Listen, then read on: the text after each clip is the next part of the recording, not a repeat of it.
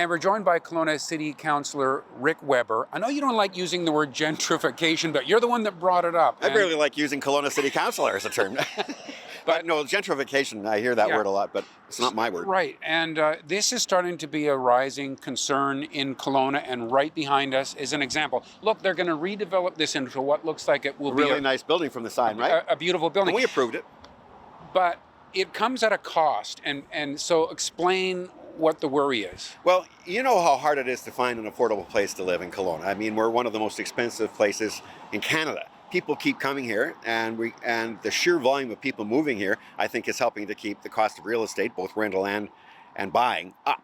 And so I have lots of friends who have found a place to live. They can afford $1,000 a month, and they found them. But boy, if they had to move out, they'd be in trouble. Where would they find a place for $1,000, right? And all of these old buildings, let's put it this way, Kelowna hasn't, you've been a reporter for a long time, so has I. I haven't seen too many examples of apartment buildings being torn down in Kelowna to make room for more apartment buildings, for more multifamily housing. Even houses. It's houses. We tear down these old houses and put up a lot of homes in their place, which to me is exactly the point.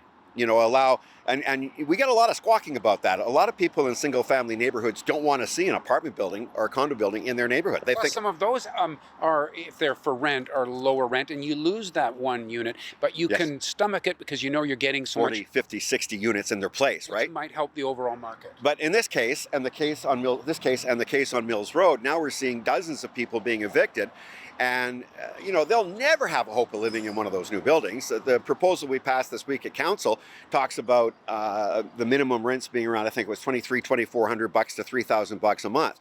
And of course, I mean, I don't think I could afford to live there. Never mind the people who are living in the existing places.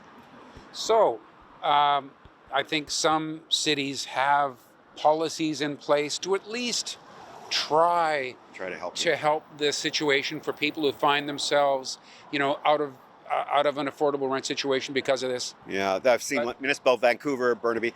They have they tried different policies. Now the trick is you don't want to put an onerous responsibility on the developers. We don't want to see development slow down. A lot of people in Kelowna wouldn't mind seeing development slow down, but in fact we need the housing. We have a housing shortage. So it's a balancing act. You can't put it all on the developer.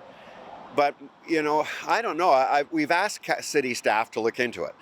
It's not up to council to come up with the specific answers. We're not the experts, but it seems to me that there must be a zoning, there must be a policy in which the people being kicked out of their homes are getting a better deal, being given better options of where they could go next, and we're not the first to face this. It's just new to us, I think, because we haven't had hardly any apartment buildings torn down here before.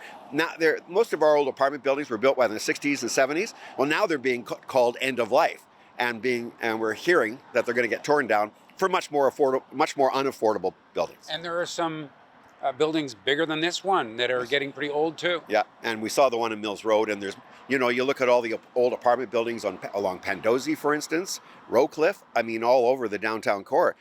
People are paying about $1,000 a month, somewhere in there, $1,100 a month to rent in those places. And anything new that we're providing is over $2,000. I was reading back as early as 2007, the city of Kelowna did have some kind of fund, to deal with this. Yes. But some of the housing accelerator funds, some of those could be put in. There may be a partnership you could do between developers and the city, and it should be a province-wide thing, by the way. Right. But one little hopeful example I saw was, you remember how badly some of the people who lived in the trailer parks were treated when the trailer parks were bought out, and they were just given $2,000 or whatever their trailer is worth and told to get out. The city passed bylaws that give them more protection than that. Now the developer has to deal with them fairly based on assessed values.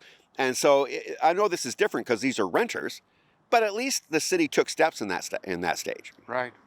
So it sounds like staff in the city of Kelowna are trying to come up with some kind of a policy. Yes, but at the same time, the city manager mentioned to us that coming up with something more elaborate, something that would really, a whole policy to help protect current tenants, would require a major policy shift by city council, to come up with city council, because there are no such protections in the city. There's no bylaw, nothing like that. Well, you want something. Something. Well, it's going to happen. Maybe I'm wrong. Maybe these are the only 2 projects we'll see, and maybe I'm completely wrong. But if they keep coming towards us, one after the other, if they do like I think they might, it's really worrisome to see dozens and dozens, even hundreds of people losing their homes. And these people are not, they can't, it's not like they're being cheap and not living in places, more expensive places. They can't afford it, you know? So their option is leave town. Yeah, it is. Yep. And I've heard that people say, oh, they might have to leave town. But then some of them are actually, they're working as cleaning people, mechanics, they're working in stores. Who's going to serve the rest of us? You know, that sounds a snobby thing to say, but everybody should have the right to live here. Yeah. Sorry to rant at you, but it's a tough There you place. go. It's one of our bigger problems, I think, Yeah. you know? Thanks for this, Rick. Yeah, thank you. And thanks for watching Kelowna Now.